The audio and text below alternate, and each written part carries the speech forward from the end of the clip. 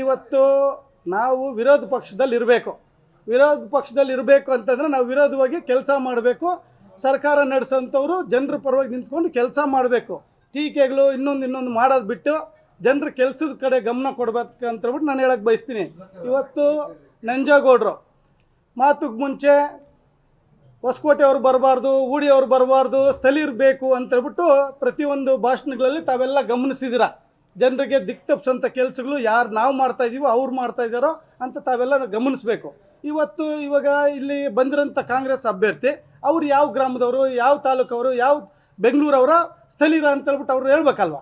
ಇವತ್ತು ಇಷ್ಟು ದಿವಸ ಊಡಿ ಅವ್ರಿಗೆ, ಬೆಂಗಳೂರವ್ರಿಗೆ, ಹೊಸಕೋಟೆ ಅವ್ರಿಗೆ ಓಟ್ ಹಾಕ್ಬಾರ್ದು, ಸೇರಿಸಬಾರ್ದು ಅಂತ ಇದ್ದವರು ಸ್ಥಳೀಯರಿಗೆ ಇವರು ಟಿಕೆಟ್ ಕೊಡಿಸ್ಬೇಕು, ರೈಟ್ ಜನಾಂಗದವ್ರಿಗೆ ಟಿಕೆಟ್ ಕೊಡಿಸ್ಬೇಕು ಅಂತ ಹೋರಾಟ ಮಾಡ್ತಾ ಇದ್ದವರು ನಂಜೇಗೌಡರು ಮತ್ತು ಅವ್ರ ಟೀಮ್ ಎಲ್ಲರೂ ಇವತ್ತು ಅವ್ರಿಗೆ ಏನಾದರೂ ಕೊಟ್ಟಿಲ್ಲ ಅಂದರೆ ನಾವು ರಾಜೀನಾಮೆ ಕೊಡ್ತೀವಿ ಅಂತ ಹೇಳ್ಬಿಟ್ಟು ಬೆದರಿಕೆ ಹಾಕೋಂಥದ್ದು ಎಲ್ಲ ಮಾಡಿದ್ರು. ಆದರೆ ಇವತ್ತು ಸ್ಥಳೀಯರಿಗೂ ಕೂಡ ಕೊಡಿಸ್ದಿರ, ರೈಟ್ ಕಮ್ಯುನಿಟಿಯವ್ರಿಗೂ ಕೂಡ ಟಿಕೆಟ್ ಕೊಡಿಸ್ದಿರ ಇವತ್ತು ಬೆಂಗಳೂರವ್ರನ್ನ ಕರ್ಕೊಂಬಂದು ಇವತ್ತು ಟಿಕೆಟ್ ಕೊಡೋಂಥ ಕೆಲಸ ಮಾಡಿದ್ದಾರೆ.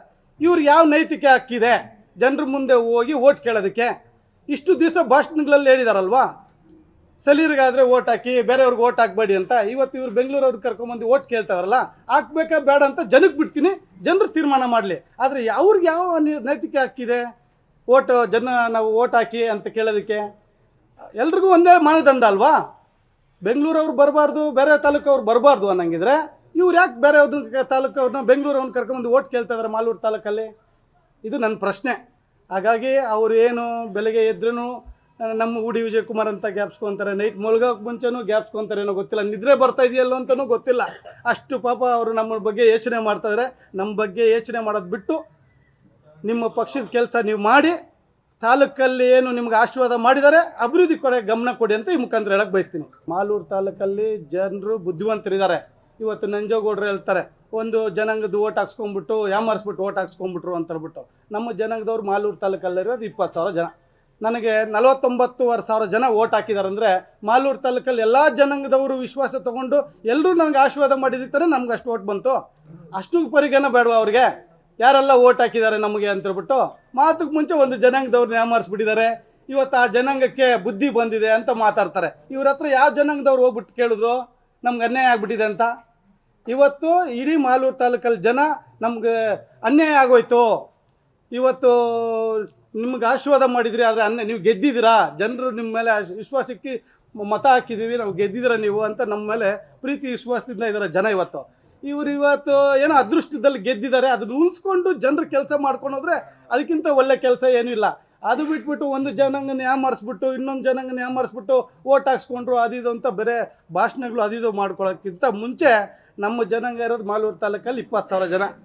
ನನಗೆಲ್ಲ ಜನಾಂಗದವರು ಓಟ್ ಕೊಟ್ಟಿರೋದ್ರಿಂದನೇ ನನಗೆ ಇಂಡಿಪೆಂಡೆಂಟಾಗಿ 49,000 ಜನ ನನಗೆ ಮತ ಕೊಟ್ಟಿದ್ದಾರೆ. ಹಾಗಾಗಿ ಅವರೆಲ್ಲ ನಮ್ಮ ಬಂಧುಗಳೇ, ಅವರೆಲ್ಲರೂ ನಮ್ಮ ಪರವಾಗಿರೋದ್ರಿಂದ ಅತಿ ಹೆಚ್ಚು ಮತ ಬಂದಿದೆ.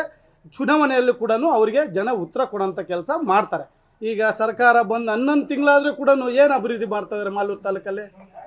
ಇವತ್ತವರೆಗೂ ಬಡವ್ರಿಗೆ ಕೊಡಬೇಕಾಗಿರೋಂಥ ಹಕ್ಕುಪತ್ರಗಳು ಇದುವರೆಗೂ ಕೊಟ್ಟಿಲ್ಲ. ಇವತ್ತು ನಮ್ಮ ಅಂಬೇಡ್ಕರ್ ಭವನ ಕೂಡ ಇನ್ನೂ ನಿರ್ಮಾಣ ಆಗಿಲ್ಲ ಸರಿಯಾಗಿ. ಇವತ್ತು ಇನ್ನೇನು ಮಾಲೂರಲ್ಲಿ ಮೊನ್ನೆ ಸ್ಟೇಡಿಯಂ ವಿಚಾರವಾಗಿ ನಾವೇನು ಸಮುದಾಯ ಭವನ ಅದನ್ನು ರಿಪೇರಿ ಮಾಡಿಸ್ಬೇಕು ಅಂತ ಹೇಳ್ಬಿಟ್ಟು ನಾವೇನು ಹೇಳಿದ್ರಿ, ಆ ವಿಚಾರ ಬಗ್ಗೆ ಊಡಿ ವಿಜಯಕುಮಾರ್ ಅವರು 2 ಕೋಟಿ ಕೊಡಲಿ, ನಾನು 1 ಕೋಟಿ ಕೊಡ್ತೀನಿ, ಅವರು 1 ಕೋಟಿ ಕೊಡಲಿ ಅಂತಾರೆ. ಅವ್ರ ಜೋಪಿಂದ ಕೊಡಲಿ, ನಾನು ಕೊಡ್ತೀನಿ. ಅವ್ರ ಜೋಪಿಂದ ಕೊಟ್ಟರೆ ನಾನು ಕೊಡ್ತೀನಿ. ಸರ್ಕಾರದಿಂದ ಕೊಡೋದಕ್ಕೆ ಇವರೇ ಬೇಕಾ ಅಲ್ವಾ?